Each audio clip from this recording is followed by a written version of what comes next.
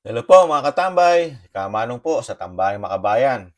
Ngayon po, pag-usapan po natin ang sikat po sa ating politika ngayon, ang House Speaker Martin Romualdez. Painggan po natin ang pahayag ng balita at saka po tayo magkomento mga katambay. Ito po, painggan po natin. Nangako si House Speaker Martin Romualdez na mas pagbubutihin pa ng Kamara ang kanilang serbisyo para sa mamamayan. Ito'y matapos niyang makamit ang mataas sa Trust and Performance Ratings. Si Mela Lesmora sa report. Rise and Shine, Mela.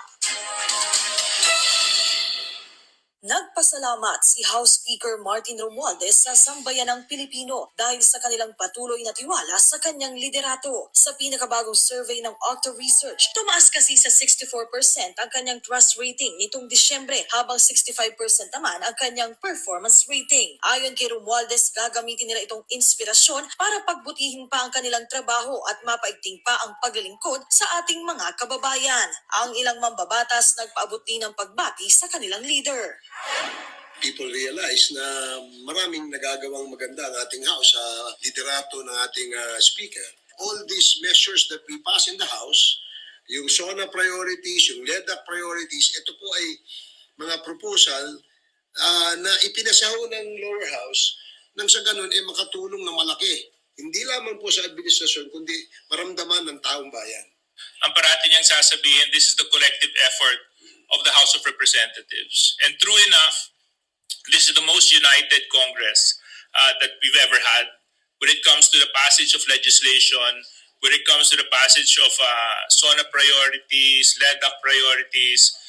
Parati nga kaming advance sa assignment. Sa ngayon, bukod sa kanyang tungkulin bilang leader ng Kamara, nagsisilbi ring legislative caretaker ng ikatlong distrito ng Palawan si Romualdez, kasunod ng pagpanaw ni Congressman Edward Hagedorn. Kaya nang sumiklab ang isang malaking sunog sa ilang barangay roon kung saan higit 900 pamilya ang naapektuhan, agad nagkasa ang House Leader ng nasa 35 million pesos na halaga ng tulong. Sabi ni Romualdez, ikinalulungkot niya ang nangyari at sa ganitong pagkakataon, Napatay na po natin. Ano lang po. Nakakasama ng loob. You know, alam mo yung mga pagpupuri na binibigay sa napakagaling na trabaho ng Kongreso. Sila rin eh. Sino pumupuri? Kapwa rin nila congressman, di po ba? Mga kilalaki. Di umano, kilalaki ng katawan, lalaki ng tiyan, lalaki ng bulsa, di umano. Di po ba? Siguro, siguro sa komento ni Kamanong, ang mga suit na mga pantalon yan, baka mapakaraming bulsa. Di po kaya? Punong-puno ng puro bulsa, tad-tad ng bulsa. Sa dami, di umano, na mga extraordinary taon-taon na kukuha daw nila. Sabi ni Sas. Di po ba? Si Sas, Saso, Torogando, ang nakapagbunyag po niyan. Di po ba? Una-una sa Kongreso, sa Senado. Saka talagang nagpapasalamat po sa atin ang napakagaling kauna-unahang Speaker of the House na ubod ng galing sa lahat ng mga plano. Di po ba? Kaya karapat dapat na maging presidente, susunod na presidente natin yan, ang ating speaker. Ubod ang galing. Nakita nyo naman po. TV ad pa lang. TV ad na sinusulong na PI. Magkano binayad? Pera daw ng congressman kuno. 50 plus million, di ba? 50 something like that, o 55 or something, kulang 60 million, di po ba? Tapos, yung niwawaldas nilang pera sa pagpapapirma, probinsya, di umano, di po ba?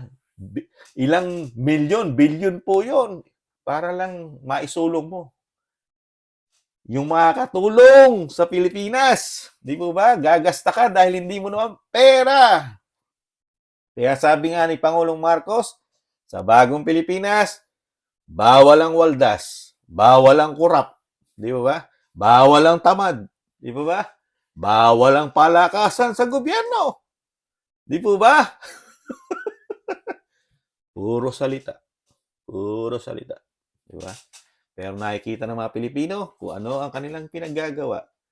Ano ang tinatrabaho at napakataas ng rating. Nakapagpapataas pala ng rating, mga katambay, komento ni Kamanong. yung pagsapit ng taon to 2024, ang tinatrabaho, PI. Hanggang ngayon, Pebrero na, trabaho, PI. Investigasyon na ngayon. Nasa investigasyon na sila ngayon. Ng Chacha. Di ba ba? Ng People Initiative. Yan po ang trabaho nila. Ang taas ng rating, trust rating. Kaya nagpapasalamat. Di po ba? Yan ang trabaho ng mambabatas natin. Ilang buwan na. Mga katambay, mga kababayan. Hindi naman tayo bulag. Ano na itulong sa atin ng Congress? Di po ba? Ilang buwan na? Palibasa, hindi sila apekto ng pagtaas ng bilihin. Wala silang problema dyan, mga katambay. Wala silang pakialam dyan. Sa dami ng bulsa nila na matataba, di umano. Punong-puno. Punong-puno. Kaya hindi nila iniisip. Wala silang kaproblema. Kahit mag-100 piso pa, 300 piso ang kilo ng bigas. Walang problema sa mga politiko natin. Di po ba? Dahil ang pera na pondo na nanggagaling sa tax ng may hirap, mayayaman, negosyante, mga nagninegosyo galing sa ibang bansa, mga dayuhan, sa kanila lahat napupunta taon-taon. Kinukulang pa, mga kababayan. Kinukulang pa nga, di po ba? Nangungutang pa. Di po ba? Sa World Bank, sa ibang mga kapitalista, sa China, kung ano pang bansa ang pwedeng magpautang. Di po ba? Ang tataas ng rating. Pero ang solusyon, di po ba? Para ipinagmamalaki pa yung itinulong doon sa Palawan na nasunugan. Kala mong pera nila ang itinutulong. Itong mga klase ng politika natin ngayon sa pamamahala nila, ang tingin nila sa sarili nila, di umano, mga Diyos, mga hari. Di po ba? Parang silang may control lahat. Di po ba? Pag binigyan ka, ipagpasalamat mo. Kala mo pera nila ang ibinibigay, mga katambay. Di po ba? Kaya tuloy ang Mindanao, sa ganyang klaseng pamumulitika, pagpapatakbo ng gobyerno, kahit ako hindi taga Mindanao, mas gusto ko na rin hiwalay ang aking probinsya pagka ganito ang klase na di umano na pamumulitika na ginagawang trabaho sa ating bansa. Aba, tanungin nyo rin po. Tanungin nyo rin kami. Di ba ba? Kung gusto namin ang patakbo ng Kongreso, hindi ang mga balita, inaangat lang nila sarili ng bangko. Sa balita, iaangat ang bangko ng Kongreso. Ang Kongreso, iaangat kapwa congressman. Magpupurihan. Nagpupurihan! Di ba ba? Saka yung sinasabi na survey.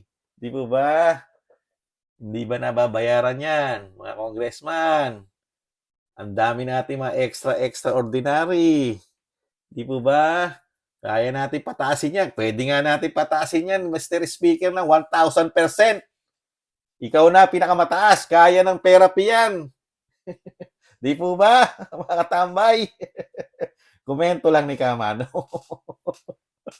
Napakatindi. Sinasabi nga, di ba, si Sas lang. Ano sabi? Hindi kayo pwedeng resibuhan. Wala kayong resibo bibigay. Computation, pirma lang po. Pirma lang. Ilalaki ng bilyon-bilyon na travel fund. Isang taon pa lang. Mga extraordinary ng mga congressman. Pirma lang. Ubus na isang taon. Ito, pirma lang. Pipirmahan mo lang. Oh, boss, ubus na to. Kowa. Ubus na. Di ko ba?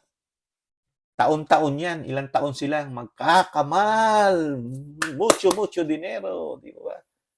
Yan ang tinasabi ni Sas na illegal corruption. Di ko ba? Galing kay Sas yan. Di ko ba? Tapos, ang taas ng trust rating, ang reapproval rating, palibasa, ginagawa ng paraan. Di ba? Dahil nagseselo sila kay Tulpo, kay Sara. Kailangan humabol si Speaker. Di ba? Mga katambay, Nakakalungkot lang. Ganito ang klase na itinutulong sa atin ng Kongreso. Di ba? Puro pangako. Tapos gagamitin lang nila para sila maging maganda ang kanilang palakad. Di ba? Gagamitin nilang forces sa atin para lagi natin napapakinggan. Antimano, balita. Di ba sabi ni Sas, pati balita, pati mga media, meron na rin kasama sa budgeting ng Kongreso. Sabi ni Sas. di umano, di po ba? Lahat. Dahil may ginawang batas ang Senado na hindi sila pwedeng questionin. Di ba? Only in the Philippines. Sila kasi gumagawa ng batas.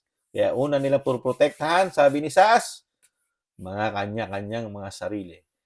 Kaya ang mga taxpayer, ang mga tax natin, malalaki. Sino ang muwawaldas? Bawal ang waldas. Siguro ang muwawaldas si Juan de la Cruz. Dahil hindi naman sila amin eh. Kung yung nasa taas lang,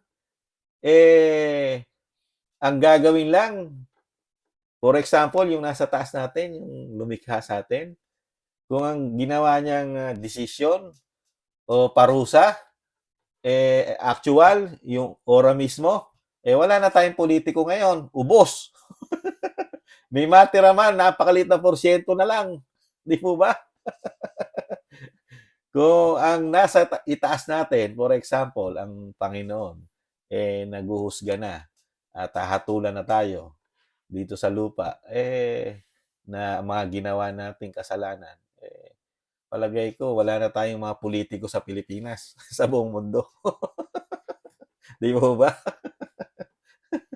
Pero wag natin sasabihin yan. Mga katambay, magkakaproblema tayo. Katulad ng SMNI, yung mga vlogger na mga sikat.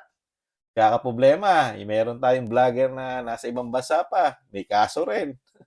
Kaya sa bagong Pilipinas, bawal silang batikusin ngayon, mga katambay. Kaya delikado rin si Kamanong. Buti na lang, si Kamanong, wala pang malaking channel, kaya hindi nila papansinin. Meron tayong YouTube. YouTube natin ako lang yata nanonood doon, mga katambay Paano nila papansinin si Kamanong? Wala naman tayong million subscribers, mga katambay. Di po ba? Kaya si Kamanong, kahit magsalita pa na again sa kanila, nakikita ni Kamanong yung mga mali, hindi pa nila papatulan si Kamanong. Dahil wala pang channel na malaki. Di po ba? Mga katambay? Nako, ang speaker talagang nag-uumpisa na. Hindi niya kasi maibagsak si Sara. Gagamitin tayo. Nakikita ni Kamanong sa rating. Sa rating tayo dadali ni speaker. Kasi hindi niya kayang pabagsakin si BP Sara. Si BP Sara, sinasabi ko nga, ang tinatrabaho sa atin, nakikita natin. Di ba? Napapakinabangan, nalalasahan. Di ba? Sila, ano ang ginagawang trabaho sa atin? Di umano, puro waldas. Waldas. Di ba? Ang dami nilang anomalya na hindi nila nasasagot. Natatabunan, palibasa, ang kanilang enforcement. Una-una, media. Napakadali nilang itwist. Lahat nawawala agad. Ang issue ng gobyerno, lalo sa Pangulo. Di ba? Ang mga issue ng Pangulo, natabunan na. Napakagaling ng mga media sa atin. Hindi katulad ng panahon ni Pangulong Duterte, lahat ng media, kalaban niya.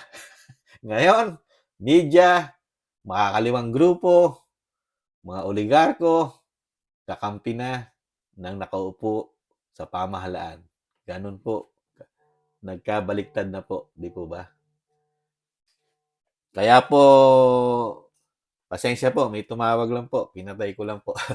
Muli po, yan lang po ang komento ko sa napakagaling na speaker natin ngayon, si Martin Romualdez. Mabuhay po kayo, Mr. Speaker. Kailangan po kayo ng ating bayan. Opo, kailangan po kayo. Sana po'y dumami pa kayo. Muli po, si Kamanong, nag-iiwan po ng Napakalungkot lang po ang nangyari sa ating bansa, pero mahalin pa rin natin ang bansang Pilipinas. Ipaglaban natin. Kaya natin ito. At may pag-asa pa tayo. Babangon muli. Bye-bye. Paalam.